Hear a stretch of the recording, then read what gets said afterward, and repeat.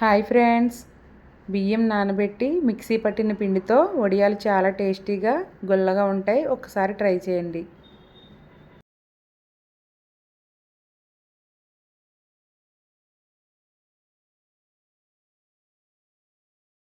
వడియాల కోసం ముందుగా బియ్యాన్ని శుభ్రంగా కడిగి ఒక 5-6 గంటల సేపు నానబెట్టుకోండి. వడియాలు పెట్టే ముందు రోజు రాత్రి నానబెట్టుకున్నా పర్వాలేదండి. ముందు రోజు బియ్యాన్ని నానబెట్టుకుని మరుసటి రోజు ఉదయాన్నే ఒక మిక్సీ జార్ తీసుకుని అందులో బియ్యాన్ని వేసి మెత్తగా మిక్సీ పట్టుకోండి. మిక్సీ పట్టుకుని ఒక గిన్నెలో వేసుకుని తగినన్ని వాటర్ వేసి పలుచగా చేసుకుని పక్కన పెట్టుకోండి. తర్వాత స్టవ్ ఆన్ చేసి గిన్నె పెట్టుకుని అందులో ఒక గ్లాసు బియ్యానికి 8 గ్లాసులు వాటర్ చొప్పున వేసుకుని వాటర్ని మరిగించుకోండి.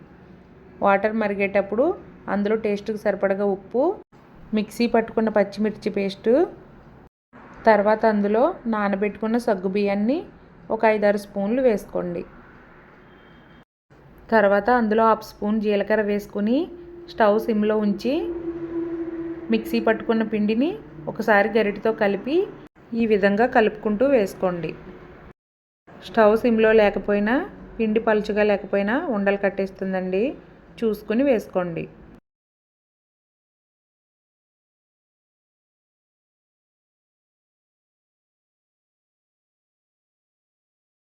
ఇలా వేసుకున్న తర్వాత పిండిని కలుపుకుంటూ బాగా ఉడికించుకోండి.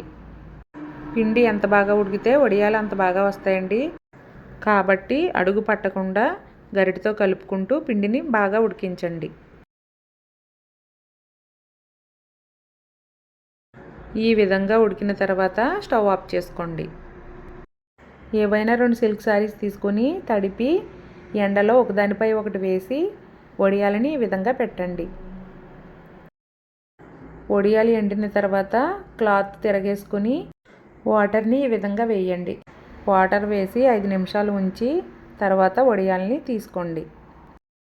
వడియాలు తీసుకున్న తర్వాత ఒక క్లాత్ వేసి ఎండలో బాగా ఎండనివ్వండి. ఈ వడియాలు చాలా టేస్టీగా గుల్లగా ఉంటాయండి. ఒక్కసారి అందరూ ట్రై చేయండి. ఈ వీడియో కనుక మీకు నచ్చినట్లయితే లైక్ చేయండి, షేర్ చేయండి, సబ్స్క్రైబ్ చేయండి.